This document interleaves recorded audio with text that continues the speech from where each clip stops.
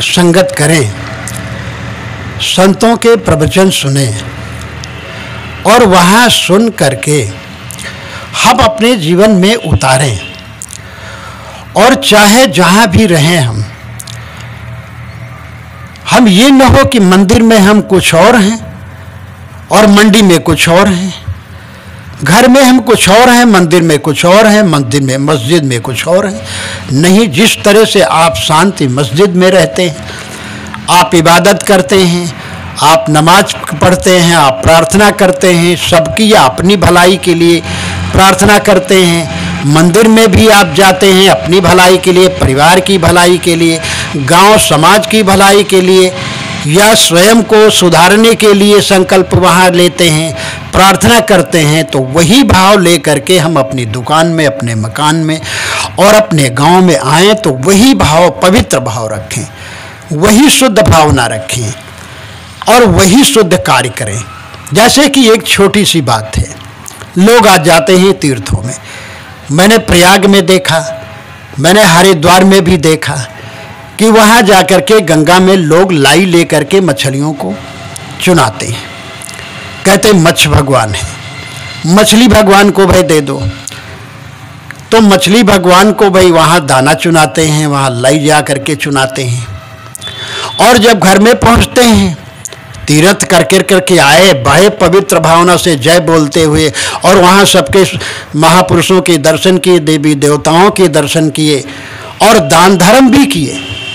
लेकिन जब घर में आकर के तो जिन मछलियों को उन्होंने वहाँ पवित्र समझ करके और अपना पुण्य समझ करके, अपना उनको एक मत्स्य भगवान समझ करके कि मत्स्य अवतार भगवान का हुआ था, चलो भाई मत्स्य भगवान को लाई चुगा दें, कुछ पुण्य कर्म कर दे, जीवों को जो है कुछ आहार करवा दें। यहाँ तीर्थों में आए हैं तो लोग वहाँ ले लेते हैं, लाई प्रसाद ले लेते हैं और वहाँ जीवों को, प्राणियों को दान करते, चुगाते हैं, भोजन करवाते। अच्छी बात है, भूखी आत्माओं को भोजन करो या किसी को भी कुछ खिला दो, उनकी आत्मा तुम्हें पुण्य, उनकी आत्मा तुम्हें जो है आशीर्वाद देगी, अच्छी बात है।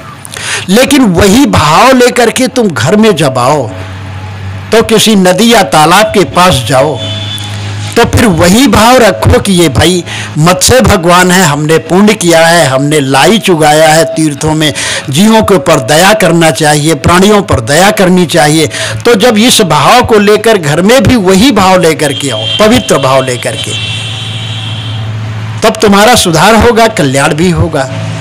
और यहाँ घर में आकर के फिर उन्हीं मछलियों के ऊपर टूट पड़ो, प्राणियों के ऊपर टूट पड़ो, वही गंदे गलत उनका आहार करना शुरू कर दो, तो तुम्हारा जाना व्यर्थ हुआ, लाई चुगाना व्यर्थ हुआ, वो पुण्य तुमने नहीं किया, वो महापाप हो गया, पाप में बदल गया। इसलिए तीर्थों में जाओ तो वहाँ दान करो, तो वहाँ दान करो किसको? भूखी आत्माओं को दान करो, पुण्य आत्माओं को दान करो, पवित्र आत्माओं को दान करो, और वहाँ से आकर के वह दान की भावना, वह दया की भावना, वह प्रेम की भावना, वह करुणा की भावना, वह सद्विचार, शुद्ध भावना अपने जीवन भर रखो तो तुम्हारा कल्याण ही कल्याण है, तभी कल्याण होगा।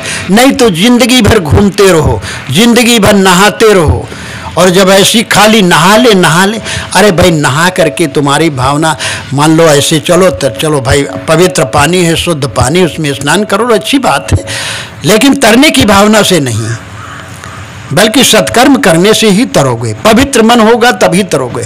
और जिसका मन, महापुरुषों ने लिखा है कि परम तीर्थ की निज मन शुद्धा। परम तीर्थ क्या है? जब अपना मन शुद्ध हो तो मानो हर समय तुम पवित्र तीर्थ में स्नान कर रहे हो। शुद्ध भावना से दान करना, शुद्ध भावना से दुकान चलाना, शुद्ध भावना से भोजन बनाना, शुद्ध भावना से खिलाना, शुद्ध भावना लेकर ही दूसरों से व्यवहार करना, तो समझ लो हम हर समय तीर्थ में ही हैं।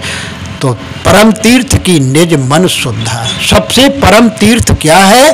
अपना मन शुद्ध हो, अपना चित्त शुद्ध हो, अपनी भावना शुद्ध हो, अपने कर्म शुद्ध हो, अपने आचरण शुद्ध हो, तो मानो हम हर समय तीर्थ में ही हैं और तीर्थ में ही हर समय स्नान कर रहे हैं। ये भावना रखो तो हमेशा आपका कल्याण ही कल्याण है।